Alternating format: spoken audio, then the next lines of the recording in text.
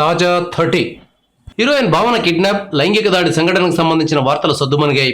కీలక నిందితుడైన సునీల్ కుమార్ ఇంకా పరారీలోనే ఉన్నాడు. మీడియా అటెన్షన్ తగ్గడంతో కేరళ పోలీసులు ఈ కేసు దర్యాప్తులో వేగాన్ని తగ్గించారు. భావన కూడా ఈ విషయంలో కొంత శాంతించింది. తన కేసులో నిందితులందరినీ పట్టుకునేదాకా మళ్లీ మేకప్ వేసుకునేది లేదని భావన భీషణ ప్రతిజ్ఞ చేసింది. ఆమె పట్టుదల వల్ల సినిమా షూటింగ్కు అంతరాయం ఏర్పడుతోంది. షూటింగ్ ఆగిపోయే పరిస్థితి కూడా వచ్చింది. సినిమాలో హీరోయిన్ రోల్ ఎక్కువగా ఉన్నందున భావన రాకపోతే నష్టపోతామని దర్శక నిర్మాతలు ఆమెకు నచ్చజెప్పారు. తన వల్ల షూటింగ్కు అంతరాయం కలుగుతుండటంతో భావన తన నిర్ణయాన్ని మార్చుకుంది. మేకప్ వేసుకునేందుకు అంగీకరించింది. భావన తెలుగులో 3 సినిమాలు చేసింది. నితిన్తో హీరో, శ్రీకాంత్తో మహాత్మా, రవితేజతో నిప్పు సినిమాల్లో నటించింది. అప్పటికి ఆమె మలయాళంలో స్టార్ కాలేదు. తెలుగు సినిమాల్లో నటించిన తర్వాత ఆమె దశ తిరిగింది.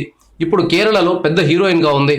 ఆమెకున్న ఫాలోయింగ్ వల్ల కూడా కిడ్నాప్ అండ్ రేప్ అటెంప్ట్కు జాతీయ స్థాయిలో విశేష ప్రాచుర్యం లభించింది. ఫిబ్రవరి 17వ తేదీ రాత్రి భావన కిడ్నాప్ అయిన సంగతి తెలిసిందే. ఈ కేసులో పలువురు నిందితులను పట్టుకున్నామని, త్వరలో మీడియా ముందు ప్రవేశపెడతామని కేరళ పోలీసులు చెబుతున్నారు.